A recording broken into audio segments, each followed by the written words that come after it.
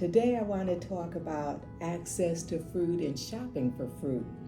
And depending on where you live, you might live in an area where you have farmers markets and food co-ops, small and large grocery chains that give you a variety of fruits and vegetables.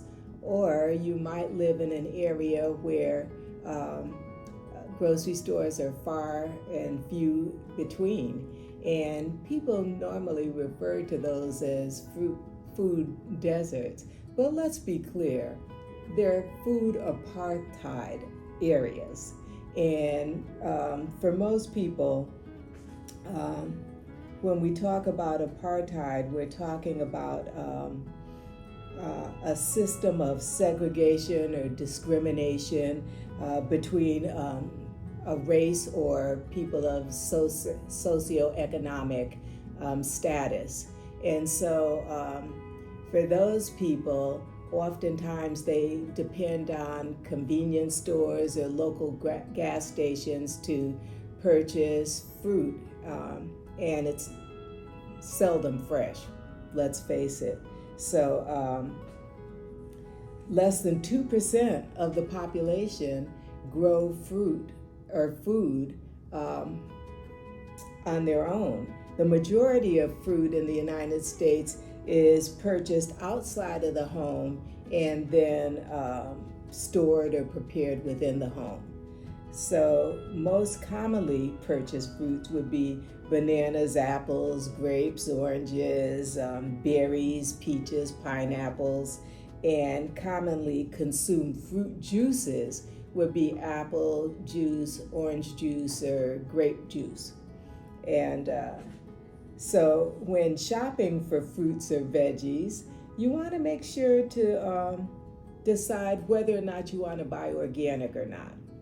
And I know that buying organic can be very expensive, but there are some fruits that it really doesn't matter if it's organic or not.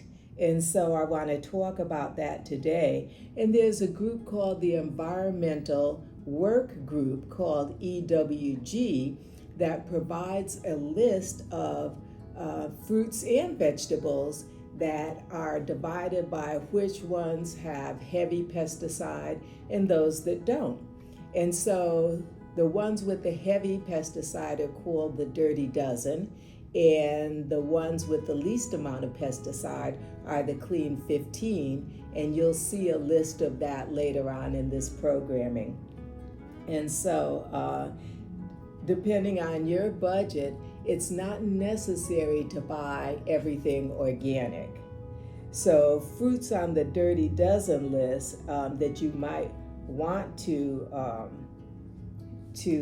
get organic would be, and you'll see this later as well, strawberries, grapes, peaches, pears, nectarines, apples, cherries, blueberries.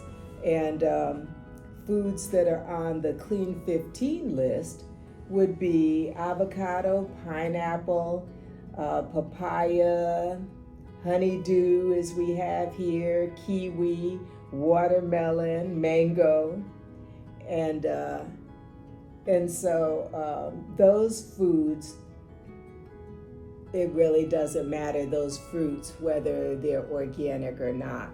And so if you're one that can buy all organic, very good. And those of us on a budget, you might want to look at the Clean 15 versus Dirty Dozen list. But again, variety is key. So if all that you see is on the Dirty Dozen list, just getting a variety of fruits, you're still going to be ahead of the game. So don't not eat any fruit just because. So it's important to know what fruits to purchase when they're already ripe, or how to identify the ripeness of fruit, plus which ones will ripen after you purchase them. And so this would be important to you when you're selecting fruit. So fruit ripening is caused by a gas called ethanol. And this ethanol is released in one burst throughout the fruit, which causes the starch in the fruit to turn to sugar. And so with this ripening process, the gas is released and it signals the ripening process. So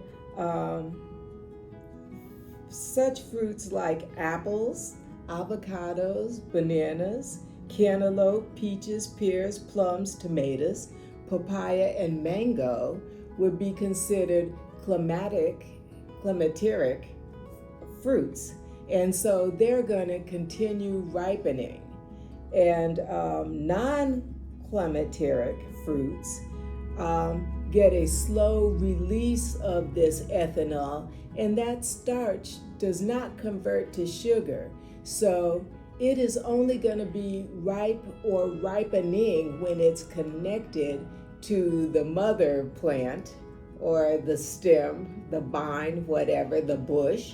And once it's picked, it's not going to ripen anymore.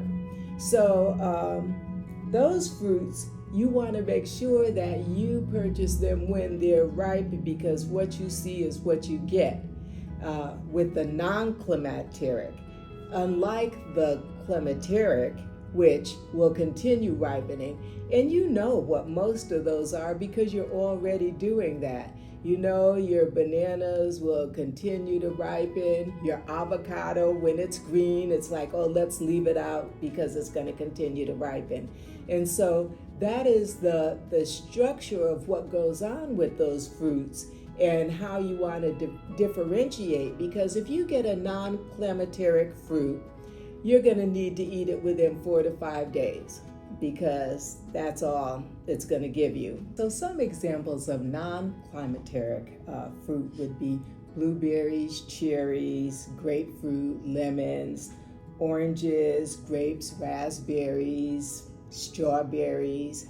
And so these fruits, you want to make sure that you purchase them when they are ripe, because nothing else is going to happen for them. And so be aware when you're shopping, and again, that would be blueberries, cherries, grapefruit, lemons, oranges, grapes, raspberries, and strawberries. So you know sometimes you'll get a tin of strawberries and they're not exactly what you had hoped them to be. Some options for fruit that is not sweet would be to put it in a fruit compote with some other fruits that are sweeter. And another thing that you can do is add a little acidic to it, such as squeeze a little fresh lemon juice over it, and that brightens and lifts the flavor of the fruit that you're eating. So that's another option for you. But you want to differentiate between what is going to ripen after you get it home and what is done ripening. And after the fruit has ripened, which would be the climacteric fruit, you can then put it in the refrigerator if you like. But the non-climacteric fruit, just know that it's only going to be tasty for about 4 days. So when you're going to the store, or preferably the food co-op or the farmer's market, and just know that when I was talking about the organic and non-organic, if you're dealing with your local farmer's market person, they can give you a rundown on if they use pesticides, which most of them use safe practices while farming. And so those fruits you don't really have to worry too much about. But when you're in your local store and you don't know where the fruits or veggies have been sourced, you would want to differentiate and look at the differences with organic and non-organic.